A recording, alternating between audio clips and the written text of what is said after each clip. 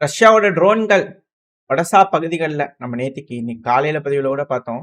தொடர்ந்து 25 டிசம்பர் தாக்குதல் நடந்தது. போர்ட் இன்ஃப்ராஸ்ட்ரக்சர்ல இன்னைக்கு 26 டிசம்பரும் பேக் டு பேக் ஹிட்ஸ் வந்து பார்த்தீங்கன்னா, இந்த ஒடசா போர்ட்டுகள்ல நடந்திருக்கு.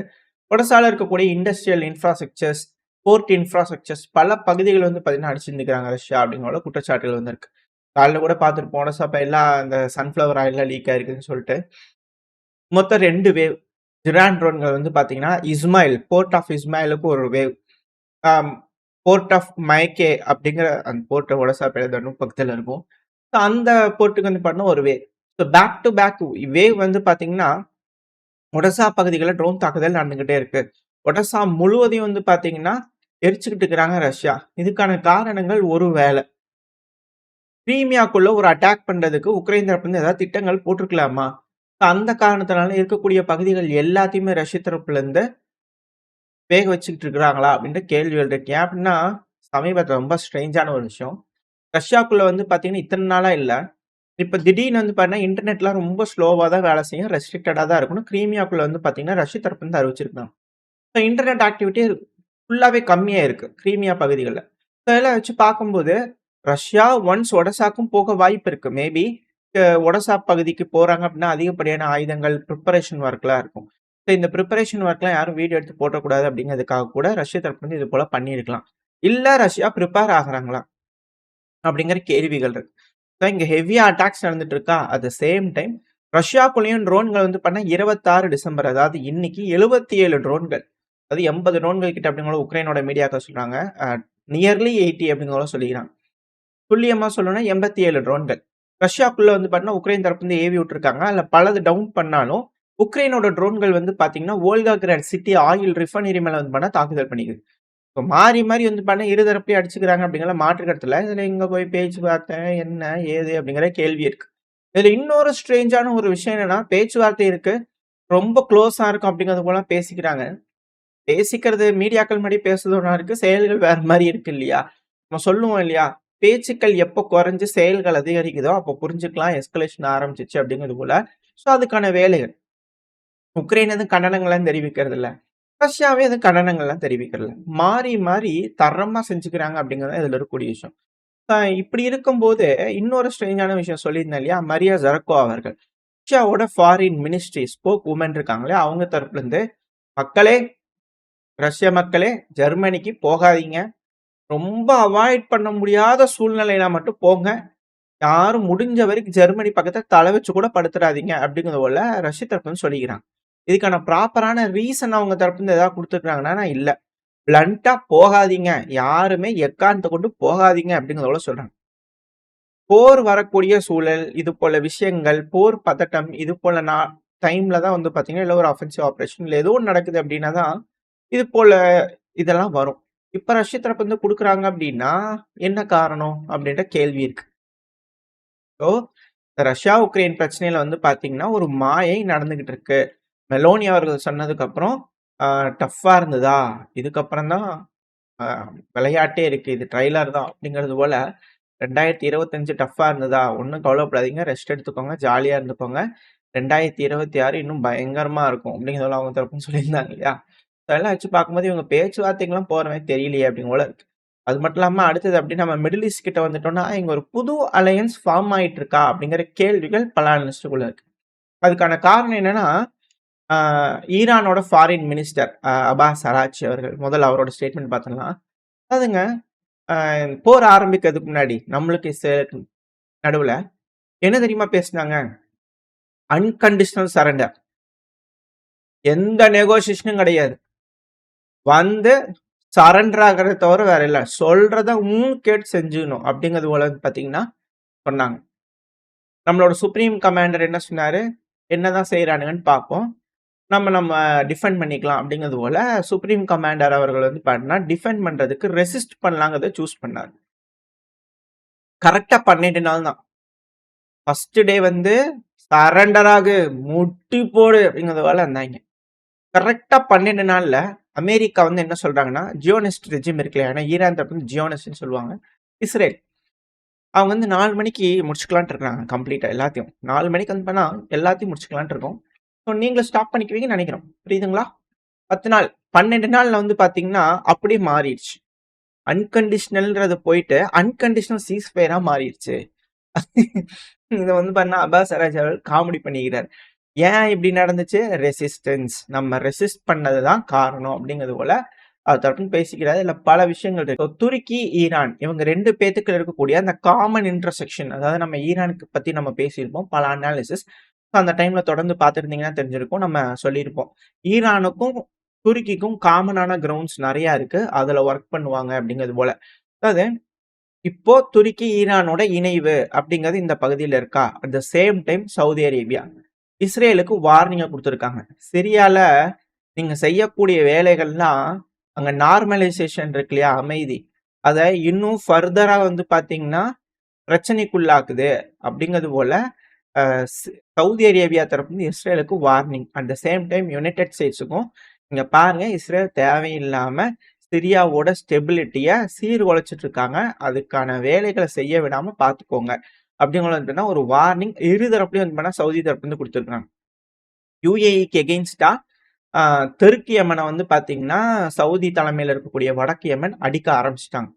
ஏன் அப்டின்னா, தெற்கு யெமன் போயிட்டு நேரா யெமன் ஹவுதிஸ் அடிக்கிறாங்கன்னா, அது வேற கத. ஏன்னா, அந்த பகுதி அவங்களுக்கு கட்டுப்பாட்டுக்குள்ள இருந்துச்சுன்னா, மொபைலைஸ் பண்ணி யெமன் ஹவுதிஸ் மேல கை வைக்கலாம்.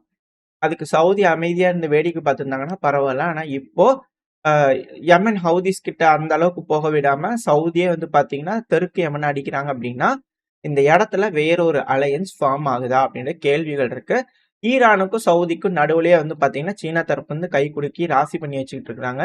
இந்த இடத்துல ஒரு அலையன்ஸ் ஃபார்ம் ஆயிட்டு இருக்கா? அப்படின்ற கேள்விகள் இருக்கு. இத இந்த காரணங்கள், இந்த செய்திகள்னால தான் இங்க ஒரு அலையன்ஸா அப்படின்னு. ஏன்னா சிரியால ஈரானுக்கும் சரி, சவுதிக்கும் சரி காமனான கிரவுண்ட்ஸ் இருக்கு. து துருக்கிக்கும் சரி, ஈரானுக்கும் சரி, சவுதிக்கும் சரி காமனான கிரவுண்ட் சிரியால இருக்கு. இது போல காமனான கிரவுண்ட்ஸ்னா அங்க மியூச்சுவலான அண்டர்ஸ்டாண்டிங் இருக்கும் இல்லையா? நம்மளுக்கு இது வேணும். இது மாரி பண்ண விடக்கூடாது அப்படிங்கிற எண்ணங்கள் இருக்கும் இல்லையா? ஸோ அது போல எண்ணங்கள் வந்து பார்த்தீங்கன்னா ஒத்துப்போகும். ஸோ இந்த காரணத்தினால இந்த 3 நாடுகள் மிடில் ஈஸ்ட்ல இணைவாங்களா? அப்படின்ற கேள்விகள் இருக்கு. அது மட்டும் இல்ல, இதுல இன்னொரு விஷயம் என்னன்னா, ஆ பயங்கரமா மிரட்டிட்டாங்க. அதாவது மிரட்டணும் அப்படிங்கிறது ஒரு எண்ணம். அதாவது காசால வந்து பார்த்தீங்கன்னா, எந்த அளவு கழிவுகள் இருக்கு பார்த்தீங்களா? அப்படிங்கிறதோட வந்து பார்த்தீங்கன்னா, ஒரு மிரட்டுதல். அந்த மிரட்டல் வந்து பார்த்தீங்கன்னா, ஒரு அளவுக்கு மேல போயிருச்சுன்னு வச்சுக்கங்களேன், பயங்கரமா மிரட்டிட்டீங்க. அதுதான் இங்க பிரச்சனை. அப்படிங்கிறதோட சில அனலிஸ்ட்டுகளோட கருத்து. நான் மிரட்டிட்டே இருக்கிற வரைக்கும், பயந்துட்டே இருக்கிற வரைக்கும் ஓகே. ரொம்ப மிரட்டிட்டாங்கன்னு வச்சுக்கோங்களேன், ஒரு கட்டத்துக்கு மேல ஓவரா மிரட்டி இப்ப குழந்தைய வந்து அடிச்சுருவேன், அடிச்சுருவேன்னு சொல்லிட்டு இருக்கிற வரைக்கும் தான் அது. அடிச்சுட்டாங்கன்னு வச்சுக்கங்களேன், அந்த குழந்தை அதுக்கப்புறம் கேட்க ஆரம்பிக்குமா? அதுவும் திருப்பி கை நீட்ட ஆரம்பிக்கும்ல. ஸோ அதே போல தான். ஸோ மிரட்டல்கள் அப்படிங்கிறது வந்து பார்த்தீங்கன்னா, ஒரு கட்டத்துக்கு மேல பயம் போக ஆரம்பிச்சுரும். ஸோ போக ஆரம்பிச்சுருச்சுன்னா, இங்க இருக்கக்கூடிய நாடுகள்லாம் நாளைக்கு நம்மளுக்கு இப்படிதான் செய்வாங்க. இல்லனாலும் செய்ய தான் போறாங்க. அதுக்கு நம்ம செஞ்சே பார்த்துரலாம். எதுனாலும் நின்னு பார்த்துரலாம் அப்படிங்கிற போல முடிவுகள் எடுப்பாங்களா? அப்படின்ற கேள்விகள் இருக்கு. அதுக்காக வந்து பார்த்தீங்கன்னா, அதாவது யுனைட்டி தெரியுது. ஓரளவுக்கான யுனைட்டி. அதுக்கான காரணம் இருக்கு.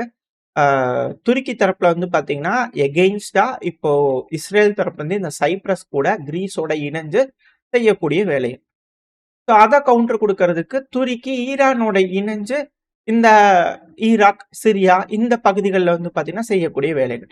ஸோ அவங்க அங்க போறாங்கன்னா, இவங்க இங்க தானே வருவாங்க. அப்படிங்கிறது போல கிரவுண்ட்ஸ். ஸோ இது போல விஷயங்கள்னால த்ரெட் மாறி மாறி வைக்கும்போது, இஸ்ரேலுக்கு மேலும் பிரச்சனைகள் இருக்கு அப்படிங்கிற மாற்று கருத்து இல்ல. ஸோ வெயிட் பண்ணி பார்ப்போம். இங்க எப்படி அலையன்ஸ் ஃபார்ம் ஆகப்போகுது, என்ன நடக்க போகுதுன்னு. அதாவது மியூச்சுவலா ரொம்ப க்ளோஸ் ஃப்ரெண்ட்ஸ் அது போல கிடையாது. சேஃப்டிக்காக இந்த நாடுகள்லாம் இணைவாங்களா அப்படின்ற கேள்விகள் இருக்கு. ஸோ ஒரு வேள போர் எஸ்கலேட் ஆகுதுன்னா, இங்க கூடக்கூடிய கூட்டணி வந்து பார்த்தீங்கன்னா, விஷுவலா தெரிய ஆரம்பிச்சிருக்கு அப்படிங்கிறது போல பலர்களோட கருத்து. எது எப்படியோ. இப்ப நம்ம காலையில பதிவுல பார்த்திருந்தோம். இந்த நைஜீரியால வந்து பார்த்தீங்கன்னா, ஐசிஸ் மேல வந்து தாக்குதல் பண்ணியிருந்தாங்கன்னு சொல்லிட்டு, கிறிஸ்மஸ் நைட் அன்னைக்கு கிறிஸ்டியன்ஸ்கள கொன்னவங்களுக்கு பதிலடிகள் அமெரிக்க தரப்புலருந்து வந்திருக்கு. டசன்ஸ் ஆஃப் டாமஹாக் மிசைல் நாங்க எப்படி வேலைகள் செஞ்சோம் பாருங்க அப்படிங்கிறது போல, இந்த ஆப்பிரிக்கா கமாண்ட் இருக்கிறாங்க இல்லையா? அவங்க தரப்புல இருந்து வீடியோ பதிவுகள் வந்திருக்கு. ஸோ டசன்ஸ் ஆஃப் டாமஹாக் மிசைல் வந்து பார்த்தீங்கன்னா, ஏவி விட்டுருக்கோம். துல்லியமா கேம்புகள் அடிச்சிருக்கு. 2 கேம்ப குறி வச்சு அடிச்சோம். பல தீவிரவாதிகள நியூட்ரலைஸ் பண்ணிட்டோம் அப்படிங்கிற போல அவங்க தரப்புல இருந்து. At the same time Mali, Niger, Burkina Faso so இந்த ஏரியால வந்து பார்த்தீங்கன்னா, ஜேஎன்ஐஎம் அப்படிங்கிற போல ஒரு தீவிரவாத கும்பல் தான். ஸோ அந்த கும்பல் வந்து பார்த்தீங்கன்னா, அங்க இருக்கக்கூடிய ஃபியூயல் டேங்கர வந்து பண்ணி அடிச்சிருந்துருக்காங்க. இந்த ஃபியூயல் டேங்கர் அதாவது அதுக்கும் இதுக்கும் சம்மந்தம் இல்ல. அவங்க வந்து பண்ணா பர்ட்டிகுலரா ஒன்லி மாலி அந்த பகுதியில மட்டும் தாக்குதல் பண்றவங்க. இவங்க வேற, அவங்க வேற. மேபி அவங்க வந்து இவங்களோட அமெரிக்காவோட இணைஞ்சாலும் ஆச்சரியப்படுறதுக்குல அப்படிங்கிறது போல ஒரு எண்ணங்கள் வந்தாலும் ஆச்சரியப்படுறதுக்குல. அதெல்லாம் ஃபியூச்சர்ல வெயிட் பண்ணி பார்க்கலாம். ஏன்னா அண்டை நாடுகள் தானே எல்லாம் பக்கம் அக்கம் பக்கமா தான் இருக்காங்க. ஸோ வெயிட் பண்ணி பார்க்கணும். ஸோ அங்க வந்து பார்த்தீங்கன்னா, எப்பவும் போல ஒரு ஃபியூயல் டேங்கர் அடிச்சிருக்காங்க. சமீபத்தில ஒரு பிரிசனர் எக்ஸ்சேஞ்ச் நடத்தது. கொஞ்சம் சீஸ்ஃபயர் மாரி இருந்துச்சு. பட் இப்ப திரும்பி வந்து பார்த்தீங்கன்னா ஆரம்பிச்சுட்டாங்க. ஜேஎன்ஐஎம் பயங்கரமா தாக்குதல். சமீபத்தில ஒரு 2, 3 டேஸ் முன்னாடின்னு நெனைக்கிறேன். ஒரு மேசிவான ஒரு அஃபென்சிவ் ஆப்பரேஷன் புர்கினா ஃபாசோ, மாலி, நிஜர் இவங்க 3 பேர் இணைஞ்சு வந்து பார்த்தீங்கன்னா, ஒரு ஆப்பரேஷன் பண்ணியிருந்தாங்க. 2, 3 வில்லேஜஸ் வந்து பார்த்தீங்கன்னா, கம்ப்ளீட்டா நியூட்ரலைஸ் பண்றோம் தீவிரவாதிகள் அப்படின்னு கூட சொல்லியிருந்தாங்க. பட் இருந்தாலும் இது போல தீவிரவாத நடவடிக்கை அங்க நடந்துட்டு தான் இருக்கு. அடுத்து அப்படியே நம்ம சூடான் கிட்ட வந்துட்டோம்னா, சூடான்ல வந்து பார்த்தீங்கன்னா, நூத்துக்கணக்கான, ஆயிரக்கணக்கான மெர்சனரிஸ் தெற்கு சூடான் பகுதி. சூடானா இருந்தது தான் பிரச்சனையாகி, கலவரமாயி, சிவில் வார் ஆயி தெற்கு சூடான் அப்படிங்கிறத உருவாச்சு. இப்ப சூடான்ல திருப்பி வந்து பார்த்தீங்கன்னா, ஒரு சிவில் வார் நடந்துகிட்டு இருக்கு. இந்த சூடானுக்கு வந்து பார்த்தீங்கன்னா, இருக்கக்கூடிய தெற்கு பகுதியில இருக்கக்கூடிய அந்த தனியா நாடா பிரிஞ்சு போச்சு தெற்கு சூடான். ஸோ அவங்க மெர்சனரிஸா வந்து பார்த்தீங்கன்னா, சூடானுக்குள்ள ஆர்எஸ்எஃப் அதாவது சப்போர்ட்டிங் ட்ரூப்ஸ் இருப்பாங்க இல்லையா? அதாவது யுஏஇ-வோட ஆசீர்வாதம் பெற்ற படை. ஸோ அவங்க வந்து பார்த்தீங்கன்னா, மெர்சனரிஸா அதிகமா ஹையர் பண்ணிக்கிறாங்க. ஸோ இந்த பகுதிகள்ல அதிகப்படியான இந்த வெஸ்ட் குர்தஃபான் அப்படிங்கிறத சொல்லுவாங்க. ஸோ அந்த பகுதிகள்ல அதிகமான முன்னேற்றங்கள் அவங்களுக்கு இருக்குன்னு. ஸோ இத தடுக்கிறதுக்காக அங்க இருக்கக்கூடிய ஆயில் ஃபெசிலிட்டி மேல வந்து சூடான் தரப்புல இருந்து ஏர் ஸ்ட்ரைக் பண்ணிட்டு போயிருக்காங்க அப்படிங்கிற செய்திகள் வந்துகிட்டு இருக்கு. ஸோ மாறி மாறி பயங்கரமா வந்து பார்த்தீங்கன்னா, இந்த ஆப்பிரிக்கா முழுவதுமே கலவரங்கள் வெடிக்க ஆரம்பிச்சிருக்கு அப்படிங்கிறதுல மாற்று கருத்து இல்ல. அட் த சேம் டைம் இந்த கம்போடியா, தாய்லாந்து அந்த சைடுல வந்துட்டோம் அப்படின்னா, கம்போடியா வழக்கம் போல தாய்லாந்து மேல வந்து பார்த்தீங்கன்னா, ஆர்ட்டிலரி ஷெல்லிங், துப்பாக்கி தாக்குதல் இது போல செஞ்சுட்டு இருக்காங்க. துப்பாக்கி சூடு இது போல தாக்குதல் பண்ணிட்டு இருக்காங்க. இல்ல என்ன இங்க இருக்கக்கூடிய ஒரு விஷயம் என்ன அப்படின்னா, தாய்லாந்து வந்து ரொம்ப பவர்ஃபுல்லான ஆர்மி. கம்போடியாவை கம்பேர் பண்ணும்போது, கம்போடியா ஆர்மியோட கம்பேர் பண்ணும்போது. ஸோ இவங்க என்ன பொசிஷன் எடுக்குறாங்கன்னா, உக்ரைன் மாரி நம்ம பொசிஷன் எடுத்துக்கலாம். ஆனா உக்ரைன் செய்யக்கூடிய தப்ப இவங்க செய்யல. மேசிவா வந்து பார்த்தீங்கன்னா, ஃப்ரண்ட் லைன வந்து ரெடி பண்ணி, ஒரு அஃபென்சிவ் ஆப்பரேஷன், டிஃபென்சிவ் ஆப்பரேஷன் சொல்லிட்டு ஃபுல் லென்த்துக்கு வந்து பண்ணா அப்படிலாம் செய்யல. ஸோ இவங்க தாய்லாந்து வந்து பார்த்தீங்கன்னா, முடிஞ்ச வரைக்கும் உள்ள வந்து பார்த்தீங்கன்னா விட ஆரம்பிச்சிருக்காங்க. ஏன்னா இப்ப தாய்லாந்து வந்து சீஸ்ஃபயர் போட்டுக்கலாம், சீஸ்ஃபயர் போட்டுக்கலாம்னு 2 தடவ சொல்ல ஆரம்பிச்சுட்டாங்க. எப்பேர்ப்பட்ட ராணுவமா இருந்தாலும், எவ்வளவு பெரிய ராணுவமா இருந்தாலும், இழுத்துச்சு அப்படின்னா அவங்க முடிச்சுட்டாங்கன்னு அர்த்தம். அதான் அதுல இருக்கக்கூடிய விஷயம். Quick and decisive. இது இல்ல அப்படின்னா அந்த நாடு தோத்துரும். அதுல எந்த ஒரு மாற்றமே இல்ல. ஸோ கம்போடியா வந்து பார்த்தீங்கன்னா, ஆட்கள இழந்திருக்காங்களான்னு கேட்டா இல்ல. ஆயுதங்கள் அதிகமா இழந்திருக்காங்கன்னு கேட்டா இல்ல. இது 2மே இல்ல. ஆனா தாய்லாந்து வந்து பார்த்தீங்கன்னா, உள்ள வந்துகிட்டு இருக்காங்க. ஸோ கம்போடியா சரியான தருணம் பார்த்து கண்டிப்பா ஒரு அஃபென்சிவ் ஆப்பரேஷன் பண்ணலாம். ஸோ இது போல ஒரு ஸ்ட்ராட்டஜி கம்போடியா தரப்பு வந்து பண்ணலாம். ஏன்னா அவங்க ஸ்ட்ராட்டஜிக்கா வித்ட்ரா பண்ணிட்டே இருக்காங்க. அவங்களுக்கு வேணுங்கிற பகுதிகள் வர வரைக்கும் அவங்க வெயிட் பண்ணிக்கிட்டு இருக்காங்க. ஸோ ஏன்னா பல பகுதிகளும் முன்னேறிட்டு இருக்காங்க. ஏதோ ஒரு பகுதியில வந்து சிக்குனாங்கன்னா சுத்தி வளைச்சு புடிச்சுருவாங்க. இது போல விஷயங்கள் இருக்கு. ஸோ கொரில்லா வார்ஃபேர்க்கு வந்து பார்த்தீங்கன்னா, கம்போடியா தரப்பு வந்து பிரிப்பேர் ஆயிட்டு இருக்காங்க அப்படிங்கிறத மாற்று கருத்து இல்ல. ஸோ இந்த ஒரு யுத்தம் அப்படிங்கிறது லேஸ்ல முடிய போறதில்ல. அன்டில் பழைய பார்டருக்கே வந்து பார்த்தீங்கன்னா, தாய்லாந்து போயிட்டாங்க அப்படின்னா, மேபி இருக்கலாமா இருக்கும். பட் ஆனா இருக்கக்கூடிய விஷயங்கள்லாம் கம்போடியாவை மேலும் காயப்படுத்திக்கிட்டே இருக்கிறனால, இந்த போர் கண்டிப்பா ஒரு 2 வருஷம், 3 வருஷத்துக்காவது இழுக்கும் அப்படிங்கிறது போல பல அனலிஸ்ட்களோட கருத்து இருக்கு. என்ன நடக்கும்ன்றது பார்க்கலாம். இரு தரப்புலயும் மாறி மாறி அட்டாக் பண்ணிட்டு தான் இருக்கிறாங்க. தாய்லாந்து வந்து பார்த்தீங்கன்னா, கம்போடியால இருக்கக்கூடிய சீனாவோட ரெசிடென்ட்ஸ்லாம் இருப்பாங்க இல்லையா? அந்த பகுதியில ஏர் ஸ்ட்ரைக் பண்ணிட்டாங்க. அதுவும் மக்கள் வாழும் பகுதி பெஹென் பேர் கொஞ்சம் கட்டால அந்த அவங்களோட லாங்குவேஜே வந்து பார்த்தீங்கன்னா, ரொம்ப டிஃப்ரெண்ட்டா இருக்கு. ரஷ்யா, உக்ரைன்ல இருக்கக்கூடியத படிச்சிடலாம் போல இருக்குது. இவங்களுக்கு படிக்கவே முடியல. மின்ஷே டிஸ்ட்ரிக்ட் பகுதி அதுல இருக்கக்கூடிய பெஹன் அந்த ஒரு பகுதி வந்து பார்த்தீங்கன்னா, பயங்கரமா ஏர் ஸ்ட்ரைக் பண்ணிக்கிறாங்கன்ற வீடியோ பதிவுகள்லாம் வந்துகிட்டு இருக்கு. ஸோ மேப்ல ரெடி பண்ணிருக்கேன். மேப் வீடியோ நம்ம அடுத்தடுத்து பார்க்க ஆரம்பிக்கலாம். ஸோ இது இந்த தாய்லாந்து, கம்போடியால இருக்கக்கூடிய விஷயங்கள். அடுத்து நார்த் கொரியா கிட்ட வந்துட்டோம்னா, கிம் ஜாங் உன் அவர்கள் நேத்திக்கு சப்மரைன் வச்சு காமிச்சு மிரட்டியிருந்தார். சியோலியும், அமெரிக்காவும் இணைஞ்சு செயல்படுறீங்களா அப்படிங்கிறது போல. இப்ப திரும்ப வந்து பார்த்தீங்கன்னா, நம்ம அதிகப்படியான மிசைல் டெவலப்மெண்ட்ல இறங்கணும். அதிகமா மிசைல செய்யணும், எடுத்து செஞ்சு வச்சுக்க போறோம் அப்படிங்கிறத வந்து பண்ணா, அங்க விசிட் பண்ணி 5 வருஷத்துக்கு நம்ம செய்யறோம். 2025ல 5 வருஷத்துக்கு செய்யறோம். என்ன மாரி நம்ம டெவலப் பண்றோம் அப்படிங்கிறத பார்க்கலாம் அப்படிங்கிறது போல, நார்த் கொரியாவோட கிம் ஜாங் உன் அவர்கள் வந்து பார்த்தீங்கன்னா வந்துக்கிறாரு. ஸோ அடுத்த 5 வருஷத்துக்கு ஹெவியான மிசைல் செய்வாங்க அப்படிங்கிறத மாற்று கருத்து இல்ல. ஸோ அவங்களும் ரெடி ஆயிட்டு இருக்காங்க. அடுத்த ஒரு புதிய கிளாஷ் அப்படிங்கிறது வந்து பார்த்தீங்கன்னா, ஆப்கானிஸ்தான், தஜிகிஸ்தான். ஸோ அந்த பார்டர்ல வந்து பார்த்தீங்கன்னா, பார்டர் காட்ஸோட சண்டையா இருந்திருக்கு. மிலிட்டன்ஸ் ஆப்கானிஸ்தானோட மிலிட்டன்ஸ் அப்படிங்கிறது போல தஜிகிஸ்தான் தரப்புன்னு சொல்றாங்க. ஸோ அங்க ஒரு சின்ன கைகலப்பா இருந்திருக்கு. இதுல தஜிகிஸ்தான் பார்டர் காட்ஸ் 2 பேர் இறந்திருக்காங்க. ஆப்கானிஸ்தான் சேர்ந்த 2 மிலிட்டன்ஸ் வந்து பண்ணா சுட்டுட்டாங்க அப்படிங்கிற செய்திகள் இருக்கு. இது போல செய்திகள் வந்துகிட்டு இருக்கு. அந்த பக்கத்திலேயே வந்து பார்த்தீங்கன்னா, கிளாஸஸ் வர ஆரம்பிச்சிருக்கு. பாகிஸ்தான் கூட ஆப்கானிஸ்தானுக்கு மிரட்டல்கள் விட்டிருந்தாங்க. நீங்க டிடிபியா, பாகிஸ்தானான்றத சூஸ் பண்ண வேண்டிய நேரம் வந்துருச்சு. ஆப்கானிஸ்தான் அப்படிங்கிறத வந்து பண்ண மிரட்டல்கள் விட்டிருந்தாங்க. ஸோ வெயிட் பண்ணி இந்த பிரச்சனை திரும்பி பில்டப் ஆகுமா? பாகிஸ்தான், ஆப்கானிஸ்தான் இந்த ஏரியால பில்டப் ஆகுமா? இல்ல எல்லா பக்கத்துலயும் பிரச்சனைகள் முடியுமா? இல்ல வரக்கூடிய வருஷம் மிக பெரும் நரகமா உலகத்துக்கு இருக்க போதா? அப்படிங்கிறத வெயிட் பண்ணி பார்த்துடலாம். ஓரளவுக்கான தகவல்கள் இந்த பதிவுல பார்த்திருப்போம்னு நினைக்கிறேன். இதோட இந்த பதிவை நான் முடிச்சுக்கலாம். இந்த பதிவு எப்படி இருந்துச்சு உங்களுக்கு பிடிச்சிருக்கா? பிடிச்சுனா லைக் பண்ணிட்டு உங்க ஃப்ரெண்ட்ஸ் அண்ட் ஃபேமிலியோட ஷேர் பண்ணிக்கோங்க. அது கூடயே மறக்காம நம்ம சேனல் இன்னும் சப்ஸ்கிரைப் பண்ணலாம். மறக்காம சப்ஸ்கிரைப் பண்ணிக்கோங்க. அப்பதான் YouTube மதிச்சு நம்ம சேனல 4 பேத்துக்கு ப்ரமோட் பண்ணும். உங்களோட அன்பு ஆதரவும் எப்ப எனக்கு இருக்கும்ன்ற நம்பிக்கையில இந்த பதிவை நான் முடிச்சுக்கலாம். இந்த பதிவு நல்லா இருக்கும்னு நம்பிக்கையில அடுத்த பதிவுல சந்திக்கிறேன். Stay safe. பை.